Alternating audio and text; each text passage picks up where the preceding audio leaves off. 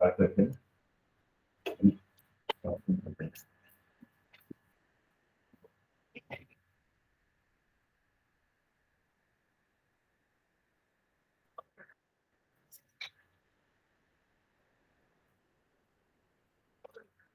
ठीक है, चलो सोल्यूशन रिवाइज करते हैं।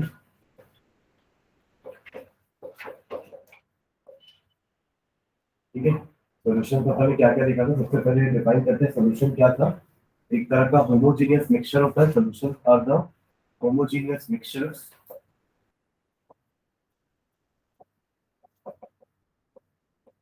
Made up of solute and a solvent. एक सॉल्यूट और एक सॉल्वेंट को जो अपन मिक्स करते हैं, it results in a solution. ठीक है, होमोजेनियस बोल रहे हैं बिकॉज इसमें जो पार्टिकल का साइज होता है वो बहुत ही छोटा होगा, है ना, and the mixture will be uniform through all. ठीक है, in its composition, in its properties, it will be uniform. That is the reason why it is known as homogeneous mixture. ठीक है, इसके टाइप भी पढ़े थे अपन। Types on the basis of physical state of solute and solvent. की physical state क्या है सॉल्यूट की, सॉल्वेंट की फिजिकल स्टेट क्या है। तो solid in solid, solid in liquid, है ना, गैस इन लिक्विड, ऐसे अपन ने 9 टाइप के सॉल्यूशंस देखे थे। So, अगर आपका सॉल्वेंट सॉलिड होगा, solute can be any 3 of them. ठीक है, सॉल्वेंट लिक्विड होगा, solute can be any 3 of them, और सॉल्वेंट एयर होगा, solute can be any 3 of them. तो बेस्ड ऑन दैट बनते 9 टाइप के, है ना, 9 टाइप्स ऑफ सॉल्यूशन। और ये किसके बेसिस पे था, based on physical state, physical state of solute and solvent। ठीक है, नेक्स्ट आगे बढ़ते हैं। सबसे पहले अपन ने इसमें पॉइंट देखा था सॉलिबिलिटी क्या होती है। मतलब स्टार्ट यहीं से किए थे कि सॉलिबिलिटी क्या होती है। उसके पहले एक और चीज देखे थे, कंसंट्रेशन, है ना। आप अगर सोल्यूशन डिफाइन कर रहे हो तो सोल्यूशन का कंसंट्रेशन होना चाहिए। तो उसमें हमने कुछ कंसंट्रेशन टर्म्स पढ़े थे, है ना। तो सबसे पहले अपन कंसंट्रेशन देखे थे, सोल्यूशन का कंसंट्रेशन हम कैसे निकालते हैं। सेकेंड हम आए थे उसकी सॉलिबिलिटी पे, क्योंकि सॉलिबिलिटी को अपन इन्हीं कुछ कंसंट्रेशन टर्म से डिफाइन करेंगे। Either we can use mole fraction, we can use molarity, है ना, या mole fraction for representing solubility. ठीक है, थर्ड जब अपन सॉलिबिलिटी पढ़े थे उसके बाद हम क्या पढ़े थे, हेनरी लॉ, क्योंकि सॉलिबिलिटी से रिलेटेड ही था आपका Henry law, right. Henry law pressure और मोल फ्रैक्शन का बीच में रिलेशनशिप था, मतलब गैस की सॉलिबिलिटी प्रेशर पे कैसे डिपेंड करती है, ये आपका हेनरी लॉ बताता है। उसके बाद अपन पढ़े थे vapour pressure. Vapour pressure actually अपन राउल्ट्स लॉ पढ़ रहे थे, तो वेपर प्रेशर पर समझे थे वेपर प्रेशर होता क्या है, और यही हमने पढ़ा था राउल्ट्स लॉ। ठीक है, और यही एक छोटा सा टॉपिक अपन पढ़े थे, relative lowering of vapour pressure. मतलब अपन ने राउल्ट्स लॉ को 2 पार्ट में पढ़ा था। एक सॉल्वेंट सॉल्वेंट है, दोनों दोनों ही वेपराइज होंगे, दोनों के ही वेपर बनेंगे, है ना। फिर हम पढ़े थे कि आपका नॉन वोलेटाइल सॉल्यूट अगर एक सॉल्वेंट में ऐड होता है ना, तब आपका वेपर प्रेशर कम हो जाएगा सोल्यूशन का। अगर दोनों ही सॉल्वेंट है, दोनों ही वोलेटाइल है, तो उस केस में आपका दोनों का वेपर प्रेशर रहेगा। पर अगर सॉल्वेंट वोलेटाइल है, सॉल्यूट नॉन वोलेटाइल है, तो उस केस में वेपर प्रेशर सोल्यूशन का कम हो जाएगा सॉल्वेंट के रेस्पेक्ट में।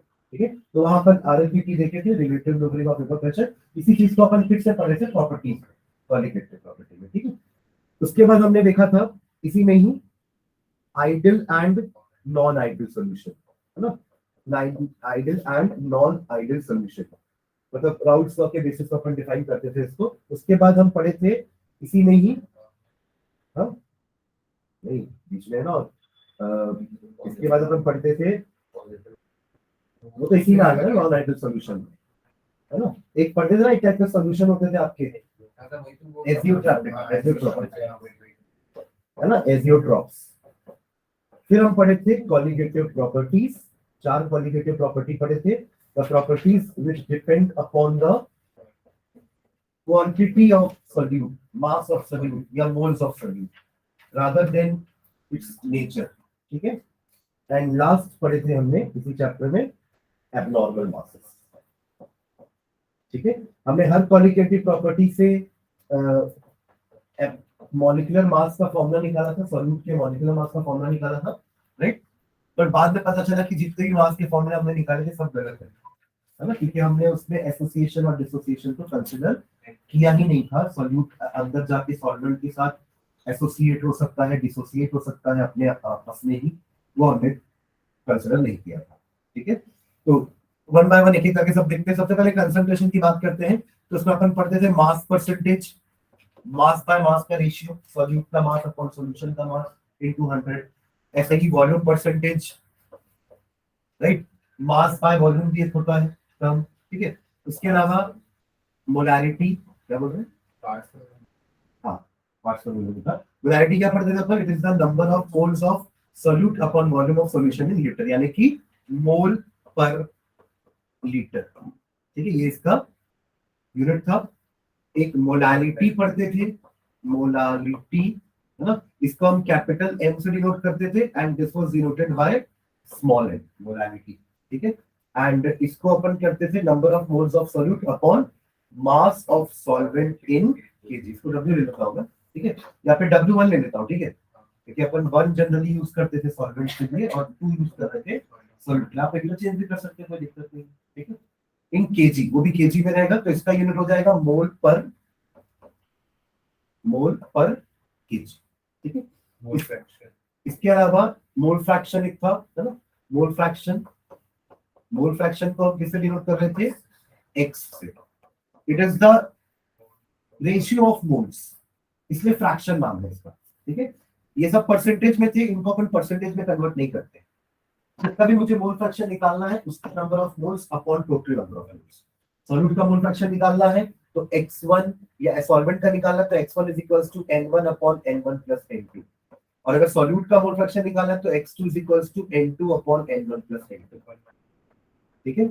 और दोनों का एडिशन करेंगे तो 1 आता है, x1 प्लस x2 इज 1। इसके अलावा एक जो बोल रहा था ppm, पार्ट्स पर मिलियन, ये हम तब यूज करते हैं जब आपका सॉल्यूट बहुत ही ट्रेसेस में होगा, बहुत कम क्वांटिटी में डाला होगा। इसका एग्जांपल भी अपन देखे थे कि सी वाटर में डिसॉल्व्ड ऑक्सीजन बहुत कम होता है ना, तो उसके लिए अपन ppm यूज कर सकते हैं। उसमें करना क्या होता है, नंबर ऑफ पार्ट्स आपका सॉल्यूट का upon total number of parts, है ना, ये आपका सॉल्यूट का पार्ट हो जाएगा upon total number of parts into 10 to the power 6 million में कन्वर्ट करेंगे। आप चाहो तो सीधा उसको भी परसेंटेज या मोल फ्रैक्शन या मोलैरिटी निकाल सकते हो, बट उसकी मोलैरिटी बहुत कम आएगी, मोल फ्रैक्शन बहुत ही कम आएगा, है ना, 0.0000 या 10 टू द पावर माइनस ऐसे में आएगा। तो rather than writing in that form, अपन उसके लिए एक नया टर्म निकाल लेते हैं, दैट इज पीपीए, ठीक है, जहां पर उसको 10 टू द पावर 6 1 मिलियन से पहले इंटू करें ताकि वो पीपीएम में आ जाए। इसका एक और नाम होता है मिलीग्राम पर लीटर, ये चीज है, वो भी मिलीग्राम पर litre is equivalent to PPM, ठीक है। तो ये सारे हमने कंसंट्रेशन टर्म्स देखे थे। नेक्स्ट अपन आए थे सॉल्युबिलिटी पे। सॉल्युबिलिटी क्या होती है, it is the mass of solute dissolved in 100 gram of solvent at constant temperature. Temperature should be constant at a given temperature, the amount of solute which is getting dissolved in 100 gram of solvent। एक तो particular मास लेना पड़ेगा solvent का, क्योंकि आप solvent बढ़ाते जाओगे तो सॉल्युबिलिटी बढ़ती जाएगी। तो डेफिनेशन के लिए आपको एक तो पर्टिकुलर मास सॉल्वेंट का कंसीडर करना पड़ेगा, तो वो अपन 100 मान के चलते हैं, ठीक है।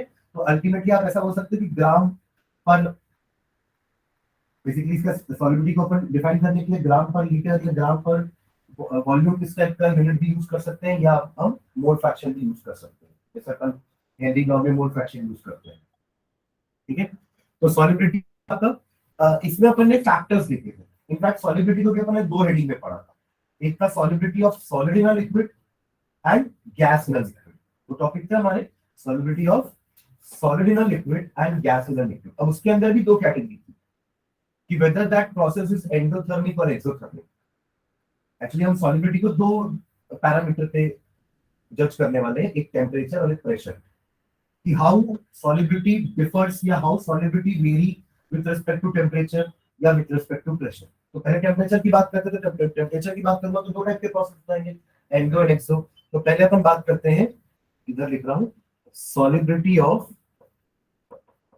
पूरा केस को मैं सॉलिड इन लिक्विड लिखता हूँ, ठीक है, सॉलिड इन लिक्विड।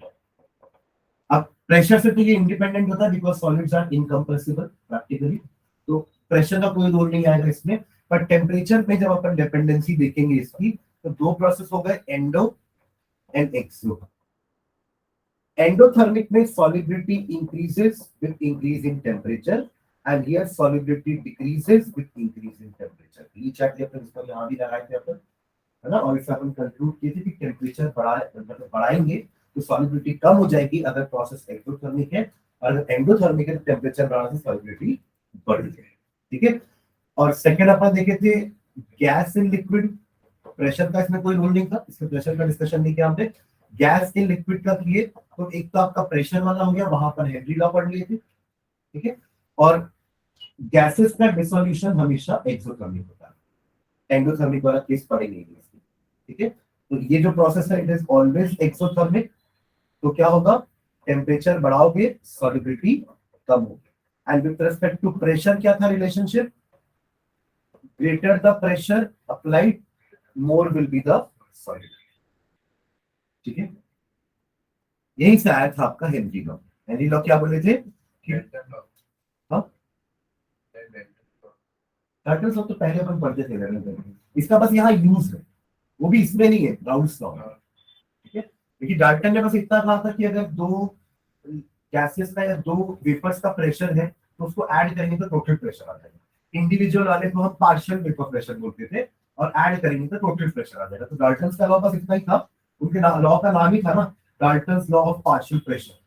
उन्होंने यही बोलते थे कि आप दोनों के पार्शियल प्रेशर्स को ऐड कर दोगे, you will get the total pressure of that solution, ठीक है। ओके, तो हेनरी लॉ क्या बोलता है कि pressure is directly proportional to mole fraction. जितना ज्यादा मोल फ्रैक्शन होगा गैस का, उसके कारण प्रेशर उतना ज्यादा होगा on the walls of the container. आप गैस और भर दो, मतलब मोल फ्रैक्शन बढ़ा दिया आपने गैस का, तो उसके कारण जो लगने वाला प्रेशर है वो भी ज्यादा लगेगा, ठीक है। और to remove that proportionality constant हमने एक हेनरी कांस्टेंट लगाया, P is equals to KH into X, याद है। फिर KH की वैल्यू भी अपन देखे थे टेम्परेचर के साथ कैसे वेरी कर रही थी, याद आ रहा है। हाँ, KH increases with increase in temperature. पहले टेम्परेचर लिखता हूँ, टेम्परेचर इंक्रीज करेंगे ना तो KH का वैल्यू बढ़ेगा। देखिए ऐसा कुछ, हाँ सॉलिबिलिटी लो होगी, क्योंकि आपका जो KH की वैल्यू है ना, मतलब अगर आप X देखोगे या X is equals to P upon KH आता है। टेम्परेचर बढ़ाए, KH बढ़ा, मोल फ्रैक्शन ऑफ गैस कम हो जाएगा, जो सॉल्युबल होगी। यहां से बोलेंगे सॉल्युबिलिटी डिक्रीज होगी ना, मैं सॉल्युबिलिटी की बात नहीं की थी है ना। टेम्परेचर बढ़ाओगे तो KH की वैल्यू बढ़ेगी for a particular gas. Table भी दिखाया था मैंने आप लोग को, वहां पर नाइट्रोजन ऑक्सीजन का गैस का देख रहे थे कि नाइट्रोजन का 273 केल्विन पे क्या KH का वैल्यू होता है, और 10 डिग्री से बढ़ा दिए तो 283 में क्या वैल्यू था उसका, अपन देख रहे थे कि टेम्परेचर बढ़ाएंगे तो KH का वैल्यू बढ़ेगा, और KH का वैल्यू बढ़ेगा तो मोल फ्रैक्शन ऑफ डिसॉल्विंग कम हो जाएगा, मोल fraction of gas dissolving will be lower, ठीक है। क्लियर है वाला पार्ट, ठीक है। यहीं से अपन ने 2-3 एप्लीकेशन देखी थी हेनरी लॉ की, है ना। ये पार्ट इंपॉर्टेंट है ना, हेनरी लॉ का टेम्परेचर के साथ वाला, ठीक है। और उसके बाद हमने क्या देखा था, 3 एप्लीकेशन देखे थे हेनरी लॉ की। पहला था कोल्ड ड्रिंक वाला, है ना, कि कोल्ड ड्रिंक बॉटल्स में गैसेस को हाई प्रेशर में फिल किया ताकि more and more gas will be dissolve, ठीक है, कार्बन डाइऑक्साइड वाला गैस, है ना। सेकंड अपन देखे थे बेंड कंडीशन, है ना, बेंड देखा था कि बेंड था ना, बेंड कंडीशन देखे थे। जो स्कूबा डाइवर्स वाले ने था कि उनके सिलेंडर में जो बेसिकली नाइट्रोजन गैस ज्यादा होती है ना, डिसॉल्व, वो जब आपके ब्लड में जाएगी तो बिकॉज ऑफ हाई प्रेशर ज्यादा डिसॉल्व हो जाएगी, और जब आप ऊपर आओगे तो वो बबल्स बन जाएंगे। तो to avoid the toxic effect of nitrogen हम थोड़ा बहुत उसमें ऑक्सीजन हीलियम भी मिला रहे थे, ठीक है। बट अभी भी लॉ तो लगेगा उसमें, आप नीचे जाएंगे तो गैस सॉल्युबल जो आपके ब्लड में हो रही है वो ज्यादा तेजी से होगी बिकॉज प्रेशर बढ़ रहा है, ठीक है। एंड थर्ड देखें कि अपन एनॉक्सिया, है ना, हाइट पे जाएंगे तो वहां पे प्रेशर कम रहेगा तो you will feel weak and unable to think, और वही यही सिम्टम्स होते हैं एनॉक्सिया के, यहाँ लो प्रेशर कारण हो रहा है, यहाँ हाई प्रेशर कारण हो रहा है, यहाँ भी हाई प्रेशर कारण हो रहा है, ठीक है। तो तीनों में अपन हेनरी लॉ लगा सकते हैं, ठीक है। In coming to vapour pressure, Raoult's law. Vapour pressure क्या था, आप एक वोलेटाइल लिक्विड लो, दो वोलेटाइल लिक्विड लो, दोनों को मिक्स कर दो, है ना, और एक क्लोज कंटेनर में बंद कर दो। बोथ शुड बी वोलेटाइल, दोनों के वेपर्स ऊपर आएंगे, है ना। तो इंडिविजुअल वेपर प्रेशर को अपन क्या बोलते हैं, पार्शियल वेपर प्रेशर। तो अगर दो लिक्विड है ए एंड बी, है ना, और ये दोनों आपके वोलेटाइल हैं, राइट, वोलेटाइल है, तो उस केस में pressure of A pressure of A will be directly proportional to mole fraction of A. आपने जितना ज्यादा ए को लिया होगा, प्रेशर ए के कारण ज्यादा आएगा, बी को कम लोगे तो उसके कारण प्रेशर कम होगा। और ऐसे ही आप पीबी के लिए भी लिख सकते हो, PB will be directly proportional to mole fraction of, right, याद आ रहा है। और यहाँ पे प्रोपोर्शनलिटी साइन को हटाने के हमने क्या किया था, P naught A X A and P naught B X B, जहां पे पी नॉट ए और पी नॉट बी का मतलब क्या था, it was the vapour pressure of pure solid. जब आप उसको अकेले लोगे ना, सेम कंटेनर पे, सेम कंडीशन पे, तो जो प्रेशर रीडिंग आएगी ना, वो होती है P naught A and P naught B, when A is taken alone, when B is taken alone, है ना। और जब साथ में लोगे तो उनके मोल फ्रैक्शन पे डिपेंड करेगा, यहाँ पे लिखा है ना, क्या देख रहे हो, ये होगा ना, ठीक है। तो ये आपका राउल्स लॉ है, क्लियर है। और यहाँ पे अपने डाल्टन्स लॉ को यूज करके बोला था कि टोटल प्रेशर कितना हो जाएगा, P total will be equal to P A plus P. इसलिए राउल्स लॉ में अपन तीन लाइन बनाते हैं, एक पी ए के लिए लाइन होती है, एक पीबी के लिए होती है, और एक टोटल के लिए होती है, P total which is the sum of both, है ना। यहीं पे अपन ने ग्राफ भी देखा था राउल्स लॉ का, वो कुछ ग्राफ ऐसा था, अपन एक ही फिगर में दोनों ग्राफ बना रहे थे, by putting first X A is equals to 0 and then xa is equals to 1, फिर xb is equals to 0 and xb is equals to 1।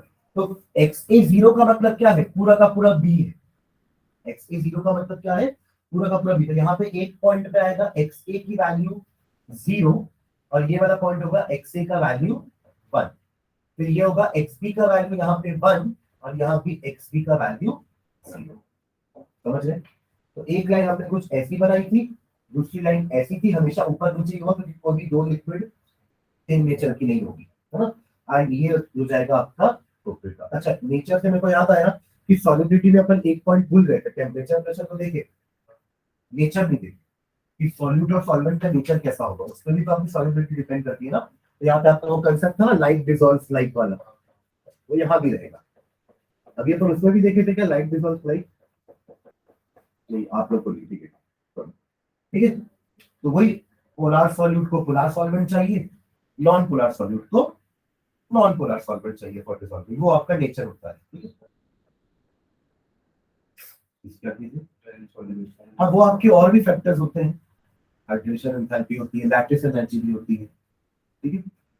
Okay, coming back to this. तो यहाँ पे ये क्या क्या वैल्यूज हो जाएंगी, जब एक्सए को 0 रखूंगा, एक्सए को 0 रखो तो वैल्यू क्या आएगी, आप जब ऐड करोगे तो सबको पीबी या पी टोटल विल बी, ये तो 0 हो जाएगा, पीए will be 0, when xa is equals to 0, pa is equals to 0, and when xa is equals to 1, pa is equals to p naught a, ठीक है। when xp is equals to 0, pb is equals to 0, right, and when xb is equals to 1, pa is equals to p naught b। आप समझ में आ रहा है ना, यहाँ मैंने p naught b क्यों बनाया है, क्योंकि जब xb 0 हुआ तो pb क्या आएगा 0, तो यहाँ पे आएगा ओरिजिन, और जब xb को 1 रखूंगा, xb को जब 1 रखूंगा तो pb की वैल्यू क्या आएगी, p नॉट b, वो यहाँ प्लॉट होगा। और ऐसे ही xa की वैल्यू 0 रखता हूँ तो pa क्या हो जाएगा 0, और xa का वैल्यू 1 रखता हूँ तो pa क्या होगा p नॉट a। समझ में आ रहा है, ग्राफ उल्टा मत कर देना, इधर p नॉट है, इधर p नॉट b मत लिख देना। तो आप ये बोल दोगे कि xa का वैल्यू 0 रखोगे तो प्रेशर p नॉट a आएगा, गलत हो जाएगा ना। वो xa का वैल्यू 1 पे p नॉट a आता है, और xb का वैल्यू 1 पे p नॉट b आता है, जब कंप्लीटली वही है और कुछ नहीं है। मोल फ्रैक्शन किसी का 1 है, मतलब वो अकेला ही है और उसके साथ कोई भी नहीं है, ठीक है। This is the expression, this is the graph for Raoult's law. अब जो भी सॉल्यूशन इस लॉ को या ग्राफ को फॉलो करेगा, अपन बोलेंगे that solution is ideal solution, ठीक है। इसी में अपन एक टाइप का और राउल्स लॉ देखे थे, है ना। वो था आपका एक और मोल पे एक्सटेंड वाला टर्म होगा इसका, y1 p टोटल वाला। अच्छा वो गैसियस फेज का था। जैसे कि अपन बात करें ना, ये आपके लिक्विड फेज का XA का मतलब क्या, it is the mole fraction of liquid A and XB is the mole fraction of liquid B। अब ऊपर कितना प्रेशर या ऊपर वेपर कितना जाएगा उसके लिए मोल फ्रैक्शन YA और YB। जैसे आपको XA निकालना हो तो आप मोल फ्रैक्शन ऑफ लिक्विड लोगे दोनों, समझ रहे। और वहां पे आप मोल फ्रैक्शन ऑफ गैस लोगे, बस यही फर्क था। बाकी बस उसका डिनोशन अपन अलग अलग किए थे, इसको X से कर रहे थे तो उसको Y से करना पड़ेगा ताकि दोनों में डिफरेंशिएशन रहे। एक लिक्विड फेज है और Y वाला गैसियस फेज, उसमें भी यही रहेगा। ऊपर जिसके मोल्स ज्यादा होंगे उसके कारण प्रेशर ज्यादा होगा। आपने ए को बहुत सारा लिया तो ए के कारण प्रेशर वेपर ज्यादा बनेंगे, ए के बी के वेपर्स कम बनेंगे। और ऊपर में भी यही बोल रहे क्योंकि अब प्रेशर ऊपर गैस का एक गैस का वेपर ज्यादा हो गया है तो उसके कारण प्रेशर ज्यादा होगा। ओके, इसी में एक और पार्ट, जब हम, अच्छा इसका मैं इक्वेशन ही निकाल रहा हूँ, पी टोटल क्या हो जाएगा, P total will be equal to P naught A X A plus P naught B X B. इसी का ग्राफ तो बनाया अपन ये वाला पी टोटल। हाँ एक्स बी को 1 माइनस एक्स ए ले लो, कॉमन आ जाएगा, उसी का ग्राफ बनाएंगे। ठीक है, okay. Coming on to second type का राउंड सॉल्व जिसमें अपन नॉन वोलेटाइल सॉल्यूट लेते हैं, है ना। तो नॉन वोलेटाइल सॉल्यूट लोगे तो अब आपके सॉल्यूशन में कुछ जगह ऊपर की कौन घेर लेगा, एक नॉन वोलेटाइल सॉल्यूट भी घेरेगा। तो अब वो तो खुद नॉन वोलेटाइल है, पर अब और सॉल्वेंट को वो ऊपर वेपर बनने नहीं देगा, इससे आपका टोटल वेपर प्रेशर कम हो जाएगा सॉल्यूशन का। ठीक है, हाँ रिलेटिव लोग, नेगेटिव डेविएशन तो अपन अलग पढ़ेंगे, अलग चीज है। उसके लिए ग्राफ अपन फिर एक ही लाइन बनाएंगे, क्यों, क्योंकि उसमें सिर्फ एक ही का वेपर प्रेशर, दूसरे लाइन तो वेपर प्रेशर है ही नहीं, दूसरा तो वेपर ही नहीं है। यहाँ हम दो दो कंपोनेंट का वेपर प्रेशर की लाइन बनाए ना, वहां पे टोटल प्रेशर सॉल्वेंट का वेपर प्रेशर ही होगा, समझ रहे हो। वहां पे टोटल वेपर प्रेशर किसके वेपर प्रेशर के बराबर होगा, सॉल्वेंट के। वहां पे सॉल्यूट तो नॉन वोलेटाइल है, क्लियर है। ठीक है, तो इसको नहीं लिख रहा हूं मैं। नेक्स्ट आते हैं, अच्छा इसी का relative loading of vapour pressure देखे थे ना अपन। क्या था relative loading of vapour pressure, it is P naught A minus P S, P S मतलब सॉल्यूशन का वेपर प्रेशर, पी नॉट ए मतलब प्योर सॉल्वेंट का जो कि ज्यादा होता है, सॉल्यूशन बनने के बाद वेपर प्रेशर कम हुआ है, और किससे कंपेयर करेंगे, हाईएस्ट वैल्यू से। तभी इतने पार्ट को तो सिर्फ लोअरिंग बोलते हैं कि वेपर प्रेशर इतने से लोअर हुआ है, इसको बोलेंगे relative lowering of vapour pressure. और ये कब होता है, when we add a non-volatile solute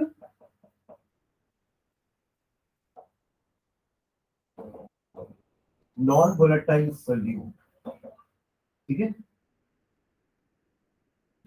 okay. Next बात करते हैं आइडियल एंड नॉन आइडियल। ठीक है, तो आइडियल सॉल्यूशंस वो थे which follow the Raoult's law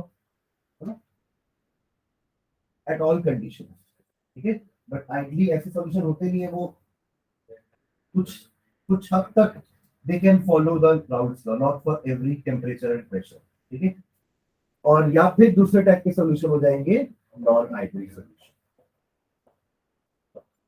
ठीक है, यहाँ पे मैंने दो तीन चीजें देखी थी, delta V mixing, delta H mixing, फिर A B A B B and A B interaction. मतलब ए क्या है, मान लीजिए ए सॉल्यूट है, बी क्या है, सॉल्वेंट है। तो पहले मिक्सिंग करने से पहले इंट्रैक्शंस क्या होगा, ए का ए के साथ, बी का बी के साथ, है ना। कंपाउंड में तो अकेला एक मॉलिक्यूल थोड़ा रहेगा, सब आपस में वंडरवल फोर्स ऑफ अट्रैक्शन या डाइपोल डाइपोल इंटरेक्शन, कोई ना कोई बॉन्ड से तो आपस में जुड़े होंगे। जैसे वाटर में डाइपोल डाइपोल इंटरेक्शन होता है, बिकॉज वाटर आपका डाइपोल मॉलिक्यूल है। हाइड्रोजन बॉन्डिंग भी होती है, समझ रहे हैं ना। तो लाइकवाइज एक मॉलिक्यूल दूसरे मॉलिक्यूल से किसी ना किसी फोर्स ऑफ अट्रैक्शन से, नहीं तो भी वॉन्डरवल से तो होगा, भले ही किस फोर्स से, पर कुछ ना कुछ अट्रैक्शन फोर्स तो होगा एक मॉलिक्यूल का दूसरे मॉलिक्यूल के बीच में। ठीक है, तो उसको अपन ए इंटरेक्शन बोल रहे हैं, बी इंटरेक्शन बोल रहे हैं। पर जब दोनों मिक्स होंगे तब ए बी भी बनेगा। अब ए का मॉलिक्यूल बी के साथ भी इंटरेक्ट करेगा। तो अगर ऐसा हुआ कि इंट्रैक्शन से पहले, मतलब सॉरी, मिक्सिंग के पहले का इंट्रैक्शन और मिक्सिंग के बाद का इंट्रैक्शन बराबर है, तो आपको कहोगे कि वो आइडियल सॉल्यूशन।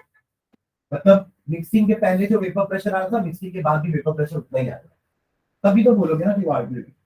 और मिक्सिंग के बाद मान लो कि दोनों के बीच का अट्रैक्शन ज्यादा तेज हो गया, मतलब ए अट्रैक्शन बी अट्रैक्शन उतना हाई नहीं था जितना कि ए बी अट्रैक्शन हो गया, तो उस केस में अब वेपर आसानी से नहीं बनेगी, तो वेपर प्रेशर एक्सपेक्टेड वैल्यू से कम हो जाएगा। और अगर ए और बी मिक्स होने के बाद थोड़े लूजली अटैच हो रहे हैं तो आराम से वेपर बनेंगे, समझ रहे हैं ना। तो इस केस में आपके एक्सपेक्टेड वैल्यू से ज्यादा प्रेशर हो जाएगा, यानी कि पॉजिटिव डेविएशन। ठीक है, तो नॉन आइडियल सॉल्यूशन अपन दोनों चीजें देखते हैं। यहाँ पे del H mixing is equals to del V mixing is equals to 0 होता है, और यहाँ पे A attraction is equals to B attraction is equals to A B interaction. ठीक है, ओके, यहाँ पे दो टाइप के पढ़ लिए थे अपन, एक था फॉर विद पॉजिटिव डेविएशन, एक नेगेटिव डेविएशन। ये जरूरी नहीं है, हाँ ये जरूरी नहीं, पर मिक्सिंग होने के बाद वो अट्रैक्शन के बराबर होगी। ठीक है, हाँ।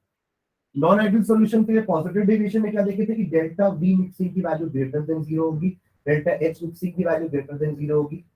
ठीक है, और ए बी इंटरेक्शन जो है, पॉजिटिव डेविएशन बोल रहे हैं मतलब वेपर प्रेशर ज्यादा, मतलब ए B interaction weaker, it should be weaker than AA, sorry, AA and BB।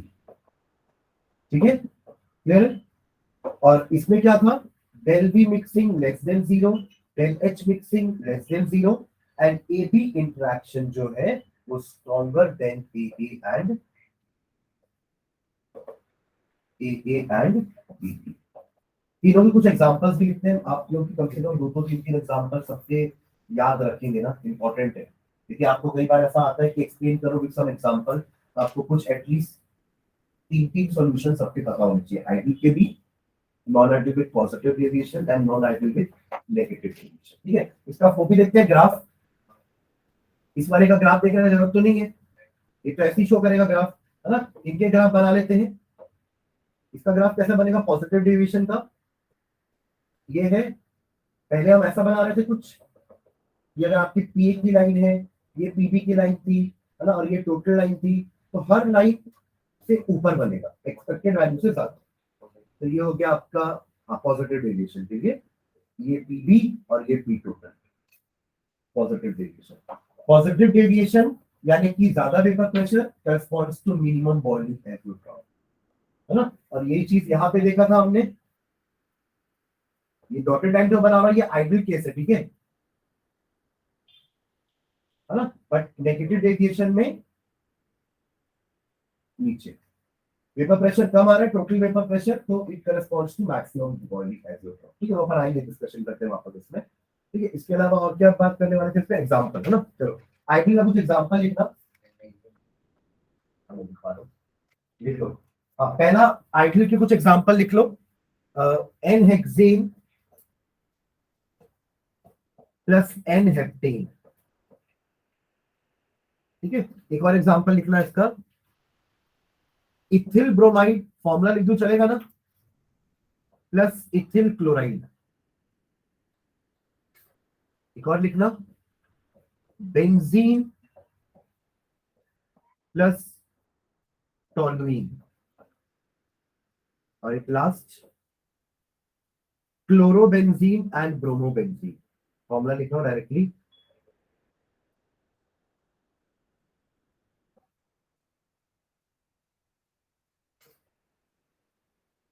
Okay. Positive deviation का भी कुछ फॉर्मूला लिख रहा हूं मैं यहाँ पे, एग्जांपल सॉरी।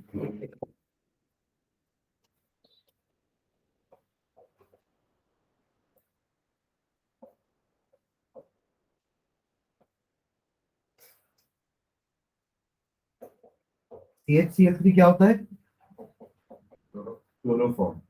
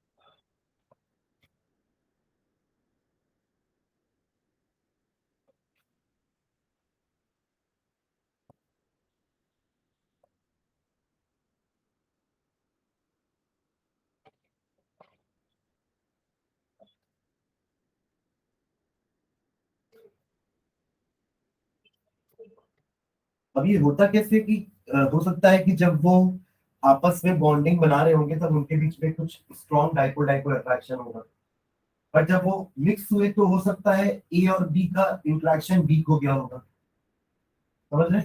इसलिए पॉजिटिव डेविएशन नेगेटिव डेविएशन।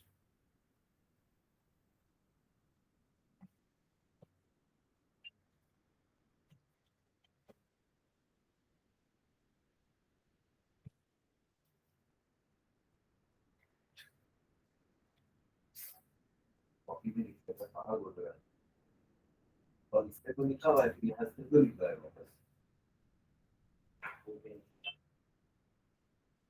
ठीक है, चलो नेक्स्ट फिर देखिए थे अपन एजियोट्रॉप। एजियोट्रॉप क्या थे आपके? देवर द क्या,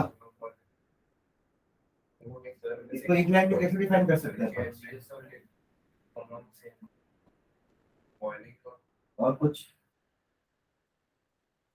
टेम्परेचर में दोनों का सेम बॉइल।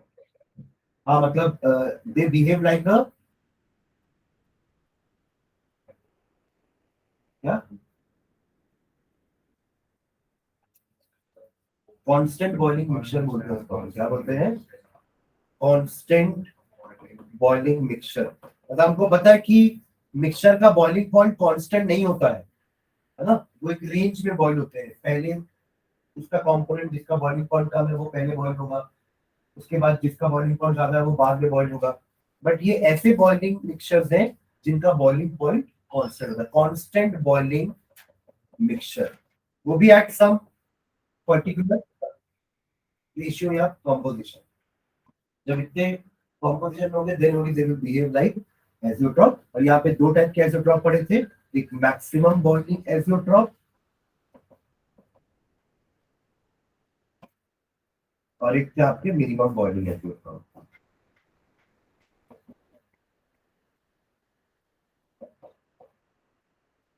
ठीक है, मैक्सिमम बॉइलिंग में अपन क्या देखे थे? Negative deviation. मैक्सिमम बॉइलिंग मतलब लो वेपर प्रेशर, ठीक है, और मिनिमम बॉइलिंग मतलब हाई वेपर प्रेशर यानी कि पॉजिटिव डेविएशन।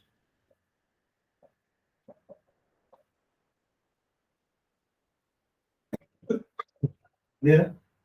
ओके, नेक्स्ट आए थे अपन कॉलिगेटिव प्रॉपर्टी। इसके एग्जांपल्स इन्हीं में से रहेंगे कुछ, जैसे अपन HCl और वाटर का देखे थे, इसमें अपन वाटर और HCl का देखे थे, और इसमें अपन इथेनॉल और वाटर का देखे थे, समझे? मतलब पॉजिटिव डेविएशन इसमें, हाँ इसमें अल्कोहल एंड वाटर ले लेना एग्जांपल, और यहाँ हो जाएगा H2 और HC। ये एग्जांपल अपन लिखे भी थे नोट्स लिखते समय, ठीक है। नेगेटिव में नाइट्रिक एसिड और वाटर सेम, हाँ वो भी सही है। हाँ क्या बोल रहे हो? एसिड और वाटर लेके हाँ चलेगा, दोनों में से कोई भी चलेगा, ठीक है। चलो आगे बढ़ते हैं, next coming on to colligative properties. ठीक है, चार टाइप की कॉलिगेटिव प्रॉपर्टीज पढ़े थे अपन। एक तो ऑलरेडी अपन डिस्कस करे हैं, first one was relative lowering of vapour pressure, second था आपका elevation in boiling point, third था depression in freezing point, and fourth था आपका ऑस्मोटिक प्रेशर। ठीक है, एक करके चारों डिस्कस करते हैं, ठीक है।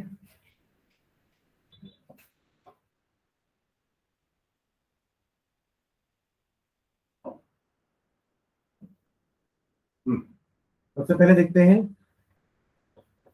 Relative lowering of vapour pressure. ठीक है, relative lowering of vapour pressure को क्या देखे थे अभी, जब बात की थी ना उसकी, होता क्या है वो, it is P naught minus P S upon P naught, and it is equal to x2, it is equal to x2। ठीक है, x2 मतलब it is the mole fraction of solute N2 upon N1 plus N2। ठीक है, और यहाँ पर ये मान के चलते कि अगर सॉल्यूशन बहुत डाइल्यूट है, सॉल्यूशन का वेपर प्रेशर, हाँ वही तो कम हो जाता है ना नॉन वोलेटाइल सॉल्यूट डालने के बाद। P1 naught minus P upon P1 naught P1 naught minus P1. हाँ चलेगा, सॉल्यूशन का वेपर प्रेशर मतलब सॉल्वेंट का vapour pressure, when we add a non volatile solute. तो अपन वहां भी डिस्कस किए थे ना, अगर आप एक ही कंपोनेंट ऐसा डाल रहे हो जो वोलेटाइल है, तो टोटल वेपर प्रेशर यानी कि सॉल्यूशन का vapour pressure is equal to solvent का वेपर प्रेशर, वो भी लिख सकते हो, P1 naught minus P1 upon P1 not, चलेगा, ठीक है। ओके, थिंग इज दैट कि आप वहां पे लिख दोगे कि P नॉट क्या है, it is the vapour pressure of your solvent, PS is the vapour pressure of solution, P not is the vapour pressure of your solvent, ठीक है। Now N2 for N1 plus N2, यहां से अपन ने मास का formula कैसे derive किया था, for dilute solution N1 की वैल्यू N2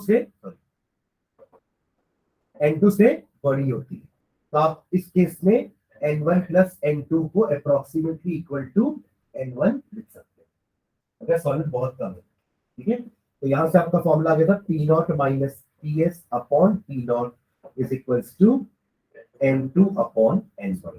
फिर आप दोनों को मोल्स को कन्वर्ट कर दो मास अपॉन मोलर मास से, तो W2 upon M2 upon W1 upon, यहाँ से आपका M2 का फॉर्मूला आ जाएगा।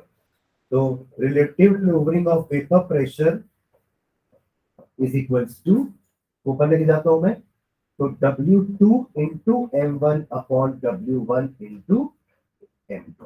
आप देख रहे हो M2 नीचे है, प्रॉपर्टी ऊपर है, ऐसा अपन सब में देखेंगे, ठीक है। ये आपकी फर्स्ट प्रॉपर्टी।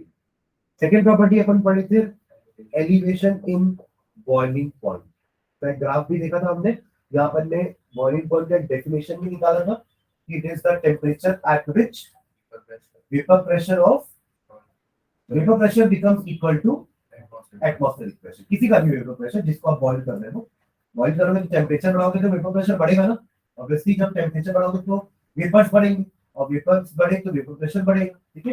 तो एलिवेशन इन बॉइलिंग पॉइंट का मतलब क्या हो जाएगा, बॉइलिंग पॉइंट का डेफिनेशन है, it is the temperature at which vapour pressure of the liquid becomes equal to atmospheric pressure. तो उसके लिए मैंने ग्राफ बनाया था, ग्राफ कुछ ऐसा था, ये रहा आपका 1 atm का पॉइंट, ठीक है, 1 atm का पॉइंट, और ये रहा इनिशियली, वैसे भी सॉल्वेंट का वेपर प्रेशर ज्यादा होता है ना, अगर मैं एक पॉइंट ले लूं, तो अगर ये पॉइंट आपका सॉल्वेंट का वेपर प्रेशर का है, तो उसी टेम्परेचर का सॉल्यूशन का वेपर प्रेशर थोड़ा कम होता है, क्योंकि एक नॉन वोलेटाइल सॉल्यूट डालने के बाद वेपर प्रेशर कम हो जाता है। समझ में आ रहा है दोनों पॉइंट? ऊपर वाला पॉइंट है vapour pressure of pure solvent, और नीचे वाला पॉइंट है वेपर प्रेशर ऑफ सॉल्यूशन। यहाँ हम ग्राफ किसके किसके बीच में बना रहे हैं, वेपर प्रेशर वर्सेस टेम्परेचर, ठीक है। तो आप इस पहले सॉल्वेंट की बात करते हैं, सॉल्वेंट का टेम्परेचर बढ़ाते जाओ, उसका वेपर प्रेशर बढ़ता जाएगा बढ़ता जाएगा बढ़ता जाएगा, एक पॉइंट यहाँ पे आएगा जहां पे उसका वेपर प्रेशर एटमॉस्फेरिक प्रेशर के बराबर हो जाएगा, और इसी पॉइंट को हम कहते हैं boiling point of solvent, TB नहीं, टीबी नॉट, ठीक है, टीबी नॉट, टीबी नॉट, ठीक है।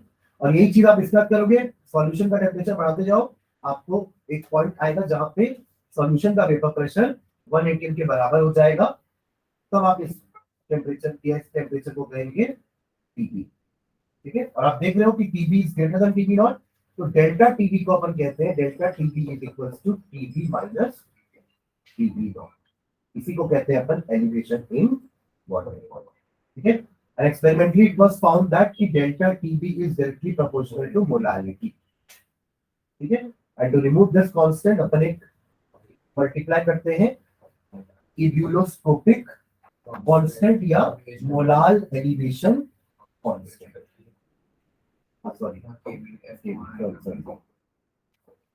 मोलाल elevation constant या ebuloscopic constant, ठीक है। यहाँ से मोलार मास का सॉल्यूट का मास भी निकाल सकते हैं, फॉर्मूला डिराइव कर सकते हैं, मोलारिटी का फॉर्मूला, मोलारिटी का फॉर्मूला पुट कर देते हैं। मोलारिटी क्या होता है, number of moles of solute upon mass of solvent in KG, right. तो फिर N2 को भी ब्रेक कर सकते हैं, Kb is equals to W2 upon M2, ठीक है। और अगर मास आपको जनरली ग्राम में दिया रहता है, तो उसको आप यहाँ पे पुट करके ऊपर 1000 मल्टीप्लाई कर देंगे, तो फाइनली फॉर्मूला क्या आएगा आपका, डेल टीबी का एक, del TB is equals to Kb W2 into 1000 upon W1 M2, और यहाँ से आप M2 का फॉर्मूला भी निकाल सकते, ठीक है, this is our second property. चलो आप दोनों को नहीं वो फ्रीजिंग में जोड़ते हैं। हाँ, फ्रीजिंग में, क्योंकि अपन फ्रीजिंग का डेफिनेशन क्या बोलते हैं कि when the temperature when the vapour pressure becomes या comes in equilibrium with the frozen solvent. तो एक आप वहां पर तीन लाइन बनाते हैं एक्चुअली, एक फ्रोजन सॉल्वेंट की होती है ना, एक लिक्विड सॉल्वेंट की होती है और एक सॉल्यूशन की होती है। यहाँ पे सिर्फ सॉल्वेंट और सॉल्यूशन की है, वहां पे सॉल्वेंट और सॉल्यूशन की, वहां पे सॉल्वेंट की भी रहेगी, सॉल्यूशन की भी रहेगी और फ्रोजन सॉल्वेंट की भी रहेगी। तब वो कब उससे पॉइंट आके मिलेगा, तब अपन बोलते हैं कि ये इसका बॉइलिंग मेल्टिंग पॉइंट है। ठीक है? ये आपका सेकंड प्रॉपर्टी हुआ। नेक्स्ट आते हैं थर्ड पे। थर्ड हो गया आपका डिप्रेशन इन फ्रीजिंग पॉइंट। ठीक है, यहाँ पे मैंने ग्राफ बनाए थे वेपर प्रेशर वर्सेस टेम्परेचर का। मेरा ऑफिस का तो बोलते हैं कि क्या मैच करते हैं। हाँ, आ रहा है ग्राफ। ठीक है, ये आपका एक फ्रोजन सॉल्वेंट का ग्राफ होता है, जिसका ऐसे वेपर प्रेशर बढ़ता है टेम्परेचर के साथ। और उसका जो होता है ना, आप टेम्परेचर कम, एक्चुअली हमको यहाँ पे उल्टा ग्राफ बनाना है कि अपन टेम्परेचर कम कर रहे हैं। यहाँ बॉइलिंग में टेम्परेचर बढ़ाते हैं और फ्रीजिंग में टेम्परेचर कम करते हैं। ये आपका वेपर प्रेशर है प्योर सॉल्वेंट का। आप उसको डिक्रीज करोगे, क्योंकि टेम्परेचर डिक्रीज करोगे, it will come and meet at this point. और यहाँ भी यही करोगे, उसका उसका सॉल्यूशन का वेपर प्रेशर कम रखोगे और उसके भी टेम्परेचर को कम करोगे। ऐसा कुछ है, यहाँ आके मीट होगा। This is TF and this is TF not. तो सॉल्यूशन का फ्रीजिंग पॉइंट डिप्रेस हो गया। वहां TB आगे बन रहा था, TB नॉट पहले था। यहाँ TF नॉट आगे है, TF पीछे। Depression in freezing point after adding a volatile non volatile solvent. आप लोग ये ग्राफ में गलती किए थे टेस्ट में। हाँ, मतलब आप ये बोलो कि ऐसे 0 डिग्री बोलते हैं ना अपन, एक इक्विलिब्रियम पॉइंट होता है जहां पे आपको लिक्विड भी मिलेगा और सॉलिड भी मिलेगा। वो एक तरह का एक इक्विलिब्रियम पॉइंट होता है, बिकॉज अपन उसी को दोनों के लिए बोलते हैं ना कि it is the freezing point of liquid and it is the melting point of ice. उसी पॉइंट को अपन फ्रोजन सॉल्वेंट। चलो आगे बढ़े। इसका अपन यूज भी करते थे ना, इथिलीन ग्लाइकॉल ऐड करते थे ना, क्या बोलते थे उसको अपन? हाँ, उसमें फ्लूइड डालते हैं ताकि आपका एट जो कोल्ड कंट्रीज है वहां पे अंदर का जो वाटर एंटी फ्रीज एजेंट्स है सारे, जो आपके वाटर के फ्रीजिंग पॉइंट को कम कर देंगे, है ना, ताकि वो -4 डिग्री पे भी फ्रीज ना हो पानी। वरना हमको पता है वाटर तो 0 डिग्री पे फ्रीज हो जाएगा, तो आपके जो वहां पे अंदर पानी है वो जम जाएगा। समझ में आ रही बात? तो टू अवॉइड दैट अपन एक एंटी फ्रीज डालते हैं। और वो रोड में भी सॉल्ट छिड़कने वाला भी एप्लीकेशन देखे, है ना, बाय स्प्रिंकलिंग सॉल्ट हम वो उसका फ्रीजिंग पॉइंट कम करें, ताकि वो जो आइस वहां पे जम गया वो मेल्ट होके रोड को क्लियर कर दे, ताकि आप वहां पे ड्राइव कर सको। अदरवाइज स्किड होगा टायर।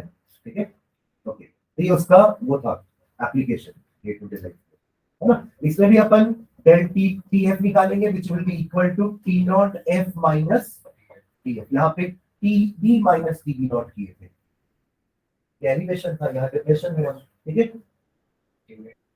फिर ये भी आपका मोलैरिटी के साथ डायरेक्टली प्रोपोर्शनल रहेगा। सेम चीज पूरी करनी है, बस यहाँ पे केबी का यहाँ केएफ हो जाएगा। तो डायरेक्टली फॉर्मूला लिख रहा हूँ, del TF is equals to KF into W2 into 1000 upon W1 into M2। देखा, 1000 तभी मल्टीप्लाई करना जब ग्राम में मास लिखोगे नीचे। जनरली ग्राम में चीजें दी रहती है, इसलिए अपन 1000 पहले मल्टीप्लाई करना है। अगर केजी में दिया रहेगा तो उसको पहले ग्राम में करके या फिर 1000 मल्टीप्लाई मत करना। क्लियर है? ओके। लास्ट प्रॉपर्टी हमने देखी थी ऑस्मोटिक प्रेशर। ठीक है, ऑस्मोटिक प्रेशर, पहले ऑस्मोसिस समझे थे। ऑस्मोसिस क्या होता है? एक सेमी परमिएबल मेम्ब्रेन से सॉल्वेंट का सॉल्यूशन की तरफ जाना, क्योंकि सॉल्वेंट में सॉल्वेंट का कंसंट्रेशन ज्यादा है, सॉल्यूशन में सॉल्वेंट का कंसंट्रेशन कम है, तो it will move from higher concentration to lower concentration to a semi permeable membrane. इसको हम ऑस्मोसिस बोलते हैं। ठीक है, इसका एक फिगर भी अपन कुछ ऐसा टाइप का बनाते थे कि ये आपका एक इस टाइप का कुछ ड्रॉ किए थे, याद हो तो, है ना, बीच में सेमी परमिएबल मेम्ब्रेन एक सिलेंडर पिस्टन अरेंजमेंट बोल लो आप इसको, प्रेशर लगाने के लिए। ठीक है, यहाँ पे है आपका सॉल्यूशन, यहाँ क्या है सॉल्यूशन, और यहाँ है आपका प्योर सॉल्वेंट। ठीक है, ऑस्मोटिक प्रेशर होता क्या है पहले समझते हैं। तो ऑस्मोटिक ऑस्मोसिस क्या है तो समझ में आ गया ना, movement of solvent molecule from its higher concentration to lower concentration through a semi permeable membrane. ठीक है, दैट इज ऑस्मोसिस। ऑस्मोसिस को रोकने के लिए आप जितना प्रेशर लगाते हो ना, उसको हम ऑस्मोटिक प्रेशर बोलते हैं। तो प्रेशर कहाँ लगाना पड़ेगा अपन को, सॉल्यूशन की साइड की सॉल्वेंट की साइड, सॉल्यूशन की साइड, क्योंकि मॉलिक्यूल कहां से कहां ट्रैवल कर रहे हैं, यहां से यहां। तो हम यहाँ पे प्रेशर लगाएंगे, पाई से डिनोट करते हैं। If the pressure becomes equal to pi, यानी कि osmotic pressure of that liquid, तो वाटर का या सॉल्वेंट का यहां से यहां फ्लो होना बंद हो जाएगा। तो it is the maximum pressure, या it is the minimum pressure, sorry maximum नहीं, कम से कम इतना प्रेशर लगाओगे तभी सॉल्वेंट के मॉलिक्यूल्स मूव होना बंद करेंगे। तो it is the minimum pressure to stop osmosis, it is the minimum pressure to stop osmosis. Osmosis रुक गया, अब अगर आप उसके बाद भी प्रेशर लगाओगे तो उल्टा होगा, सॉल्यूशन के पास जो सॉल्वेंट का मॉलिक्यूल है ना वो इधर मूव करना चालू कर देगा। If the pressure is greater than pi, समझ गए, दैट इज रिवर्स ऑस्मोसिस। आरो भी देखे थे इस पर, ठीक है ओके। तो वो कब होगा, जब ऑस्मोटिक प्रेशर से ज्यादा प्रेशर आपने लगा दिया तब। ठीक है, तो यहाँ पर देखे थे कि that pressure is directly proportional to concentration of your solution, है ना, and directly proportional to temperature. Proportionality sign डालने के लिए अपन ने क्या किया था, एक कांस्टेंट लगाया था R, तो pi is equals to CRT, ये हमने फॉर्मूला निकाला। ठीक है, जहां पे आप उसको मोलार मास में कन्वर्ट कर सकते हैं सॉल्यूट के। C की जगह अपन ने N/V ले लिया था, मोलारिटी RT ऐसे ही था, फिर N को हमने ब्रेक कर लिया था W2 अपॉन M2, ये पाई भी इधर लेके चले जाता हूं इनटू RT। तो यहां से आपका पाई का फॉर्मूला M2 का फॉर्मूला भी निकल गया। क्लियर है, तो हमने चारों प्रॉपर्टी से मास का फॉर्मूला निकाला, और हर प्रॉपर्टी में मास प्रॉपर्टी से इनवर्सली प्रोपोर्शनल है। ये प्रॉपर्टी मास ऑफ सॉल्यूट नीचे, ये प्रॉपर्टी मास ऑफ सॉल्यूट नीचे, ये प्रॉपर्टी मास ऑफ सॉल्यूट नीचे, और ये रही आपकी प्रॉपर्टी पाई, और मास ऑफ सॉल्यूट आपका नीचे। समझ रहे हो क्या, ठीक है। तो this was all about the properties. Solution, hypertonic, hypotonic and isotonic. Hypertonic वो सॉल्यूशन होंगे हाइपर वाले, है ना, जिनका कंसंट्रेशन जिन सॉल्यूशन में उनको रखा गया उससे ज्यादा होगा। अल्टीमेटली क्या होगा, बाहर से अंदर चीजें ट्रैवल करेंगी, सॉल्वेंट अंदर आएगा। तो यहाँ पे आपका होता है एंडोऑस्मोसिस, उसका जस्ट रिवर्स होगा हाइपो में, वहां होगा एक्सोऑस्मोसिस, कि आपके खुद के सॉल्यूशन का कंसंट्रेशन कम है, यानी सॉल्वेंट ज्यादा है, तो यहां से सॉल्वेंट बाहर जाएगा तो श्रिंक होगा, एक्सोऑस्मोसिस। और आइसोटोनिक क्या होता है, दोनों ही आजू बाजू जो सॉल्यूशन रखे हुए हैं ना, ये दोनों सेम कंसंट्रेशन। ठीक है, तो आइसोटोनिक सॉल्यूशन में ऑस्मोसिस नहीं होता, है ना, और हाइपरटोनिक हाइपोटोनिक में बस डायरेक्शन का फर्क हो जाता है ना। चलो लास्ट टॉपिक में बात करते हैं, दैट इज एबनॉर्मल मास, है ना, कि हमने यहाँ पे मोलार मास सॉल्यूट का कैलकुलेट तो कर लिया चारों की हेल्प से, ठीक है, बट अब पता चला कि हमने ऐसा करते समय एसोसिएशन डिसोसिएशन को कंसिडर किया ही नहीं, है ना, जबकि आपके सॉल्यूट के मॉलिक्यूल्स अंदर जाने के बाद आपस में खुद एसोसिएट हो सकते हैं, डाइमर बना सकते हैं, है ना, हाइड्रोजन बॉन्डिंग के कारण, या फिर डिसोसिएट हो सकते हैं, वाटर के अंदर जाके वो अपने एक्वा सॉल्यूशन में डिसोसिएट हो सकते हैं। तो हमने एसोसिएशन और डिसोसिएशन कंसिडर नहीं किया था, तो इसलिए सारे के सारे मासेस जो हम कैलकुलेट कर रहे थे with the help of formula, है ना, कैलकुलेटेड वैल्यूज, ये सब आपके गलत, ठीक है, ये ऑब्जर्व वैल्यूज बोल सकते हो उसको अपन, एक्सपेरिमेंटल, ठीक है। तो एक फैक्टर अपन यहाँ पे डिफाइन करेंगे, दैट इज वॉल्ट्रॉफ फैक्टर, है ना, डिनोटेड बाय स्मॉल आई, जो कि एक करेक्शन फैक्टर होगा, है ना, और अपन इसकी वैल्यू अपन तीन तरीके से डिफाइन कर सकते हैं, in terms of property, in terms of molar mass, in terms of association and dissociation. तीन प्रॉपर्टी, तीन फॉर्मूला देखे थे इसका। एक था आपका ऑब्जर्व्ड प्रॉपर्टी अपॉन कैलकुलेटेड या नॉर्मल बोल लो, सही वाला, और क्योंकि हमको पता है प्रॉपर्टी एंड आई लिख दिया मैं, तो ऑब्जर्व प्रॉपर्टी लिख, ऑब्जर्व्ड या experimental property upon normal property actual, ठीक है। और इसी का फॉर्मूला जब मैं मास के रेस्पेक्ट में लिखूंगा तो ऊपर आएगा, सॉरी,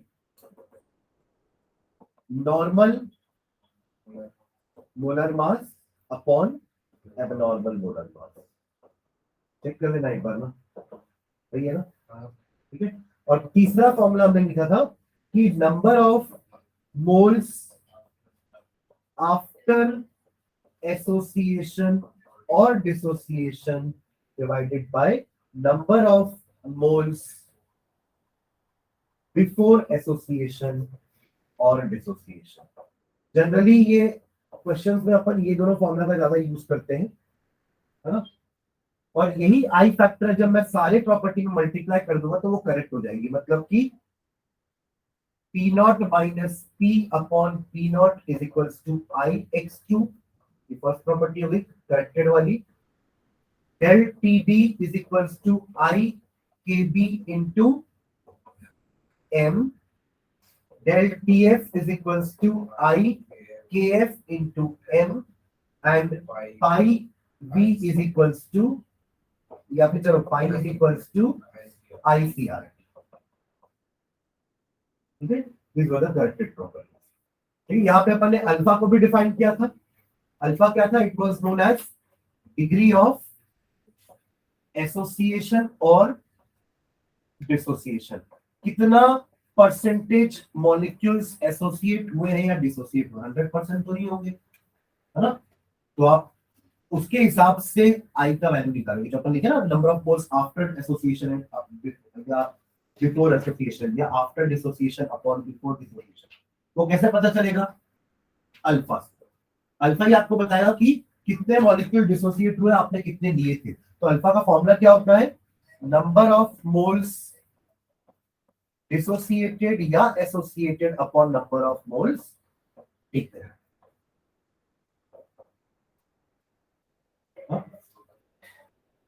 हाँ भाई, ठीक है।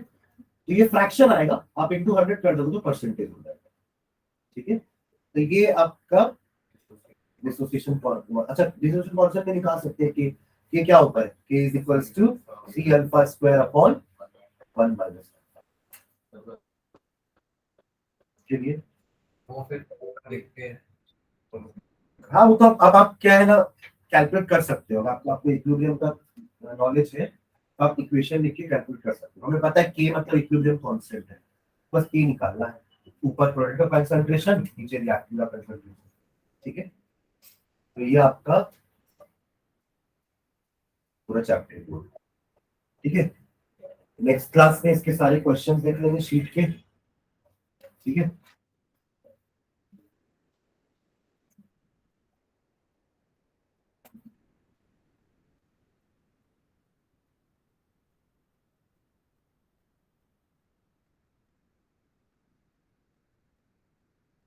ठीक है, चलो।